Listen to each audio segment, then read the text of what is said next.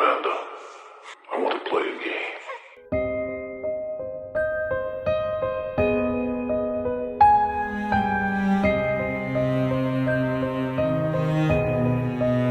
And just like that, Frankenstein has returned to the big screen, but this time thanks to Maggie Gyllenhaal. Hey horror freaks, welcome back to my channel. My name is Amanda. As you can see from the title, today's video is my full review with spoilers of The Bride. This is inspired by the 1935 classic Bride of Frankenstein and Mary Shelley's Frankenstein. And the movie stars Jessie Buckley and Christian Bale in a visually striking but very messy reimagining of the classic monster story. And while the movie has some really strong elements, especially visually, it's also a film that might seriously divide audiences. So let's talk about it, but before I get into it, remember that this is going to be a review with spoilers, so take that into account before watching this video. And without anything else to say, let's get straight into it.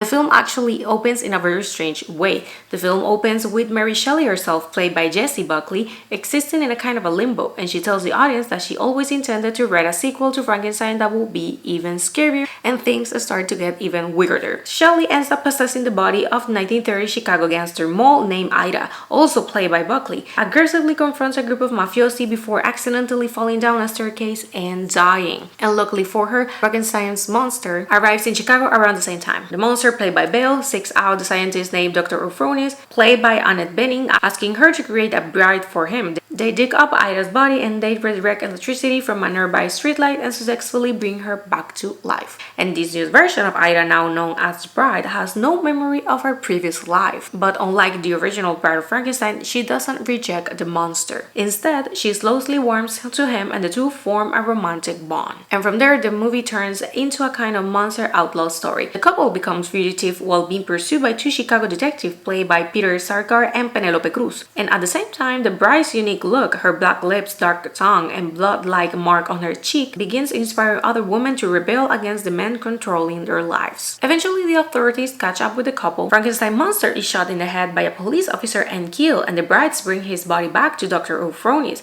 hoping she can bring him back to life again. And the doctor says that is impossible. And before anything else can happen, the police arrive and shoot the bride as well. However, in the final moments of the film, one of the detectives gives Dr. Ophronius time to attempt the experiment again, and she succeeds. And now going into the review, right away the film establishes a very bold and maximalist tone. The visuals are one of its strongest aspects. The gothic atmosphere mixed with a vibrant noir aesthetic creates a very stylized version of Chicago and New York that feels theatrical, strange, and sometimes surreal. The production design, the costumes, and the makeup are honestly incredible. The bride looks in particular, with the black lips, the dark tongue, and the almost ink blood-like mark on her face, is both haunting and memorable, giving a twist to the classic style of the character that we know so well. Another thing that really works here is the cast. Jessie Buckley is magnetic as the bride, bringing a chaotic energy to the character. And Christian Bale delivers a surprisingly emotional performance as Frankenstein's monster. And the supporting cast helps to elevate the film whenever the story starts to lose focus. Because unfortunately, the biggest issue with The Bride is the story. The first hour is actually really entertaining. The setup is engaging, the tone is weird but in a fun way, and the whole monster outlaw couple dynamic feels fresh and exciting. But as the movie continues, the narrative becomes increasingly messy and unfocused. The film throws a lot of ideas to the audience: romance, crime, rebellion, social commentary, doesn't always give them enough structure to feel coherent. And the result is a movie that is bold, it's loud, bizarre, and unpredictable, but also overwhelming and sometimes confusing. But still, I do appreciate that the film is trying to do something different with these characters that we have seen over and over already. And even if it doesn't fully work, it's not a safe or conventional take on Frankenstein's story. My rating of this movie for me is going to be a 3 out of 5 or a 6.5 out of 10. And even though The Bride struggles with this messy storytelling, it's still visually fascinating and a very original take on the Frankenstein's mythology. This is the kind of movie that some viewers will absolutely love for its strange, chaotic energy, while others might find it frustrating. But one thing is clear is that Maggie Gyllenhaal made exactly the movie that she wanted to make. And with that, I end this review and this video. Thank you so much for watching. Let me know down below your thoughts. If you're going to be watching this one or you're going to skip it, let me know down below. And I will see you guys on my next video.